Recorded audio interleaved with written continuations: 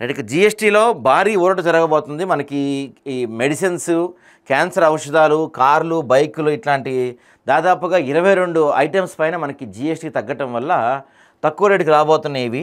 భారత ఆర్థిక వ్యవస్థ 7.8% వృద్ధి సాధించబోతుందని చెప్తున్నారు మోడీ గారు.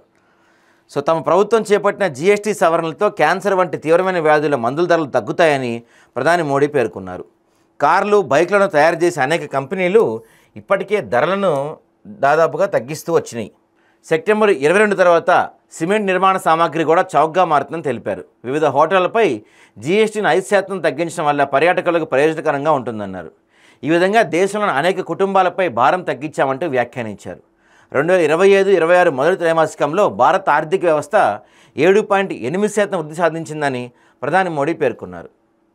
ప్రస్తుతం భారత్ అత్యంత వేగంగా అభివృద్ధి చెందుతున్న ప్రధాన ఆర్థిక వ్యవస్థగా ప్రపంచం దృష్టిని ఆకర్షిస్తుందన్నారు. మేక్ ఇన్ ఇండియా ద్వారా దేశం చేసే ఎగుమతుల్లో వృద్ధిని సాధించగలిగామన్నారు. కాంగ్రెస్ హయాంలో ఔషధాలు, బీమాపై అధిక పన్నులు విధించారని ప్రధాని మండిపడ్డారు. 2014కు ముందు టూత్పేస్ట్, సబ్బు, నూనె వంటి రోజువారీ నిత్యావసర వస్తువులు కూడా 27% పన్ను విధించేవారు. నేడు వీటిపై కేవలం 5% జీఎస్టీ మాత్రమే వర్తిస్తుంది.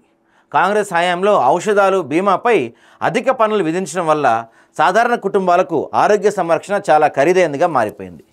మన ఆర్థిక వ్యవస్థ తయారీ రంగం వృద్ధి మన జాతీయ భద్రత చాలా ముఖ్యమైనదన్నారు. ప్రజల సాధికారికత ద్వారానే భారత్ అభివృద్ధి చెందిన దేశంగా మారుతుందన్నారు.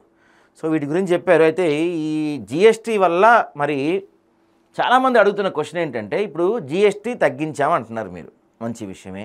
అసలు జీఎస్టీ అంతంత పెంచింది ఎవరు? ఎవరి హయాంలో జీఎస్టీ వచ్చింది? అంతంత జీఎస్టీ పెంచి ఇప్పుడేదో మేము మీకు మేలు చేసేస్తున్నాం, ఇక మిమ్మల్ని అది చేస్తున్నాం, ఇది చేస్తున్నాం అంటే ఇప్పుడు జీఎస్టీ తగ్గించామని చెప్తున్నారు. కానీ ఈ రోజుకి ఇంకా కొన్ని కొత్త వాటిలో కూడా జీఎస్టీ యాడ్ చేశారు. జీఎస్టీ వల్ల చాలామంది జీవితాలు, చాలా చిన్న చిన్న వ్యాపారులు చితికిపోయారు.